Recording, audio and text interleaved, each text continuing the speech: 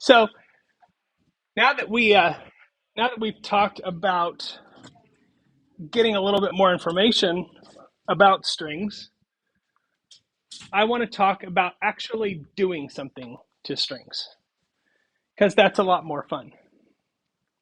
So transforming strings is a different set of string methods.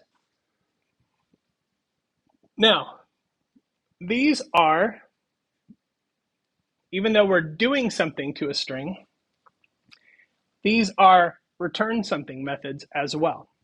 So what they do is they return a different version of that string. Now, based on what we have so far, what do you think this method does? Yeah, capitalizes the whole string. So for example,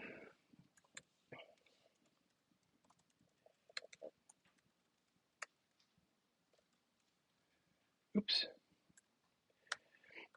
Okay, so if I want to do str name dot upper, okay, what's this going to do right now?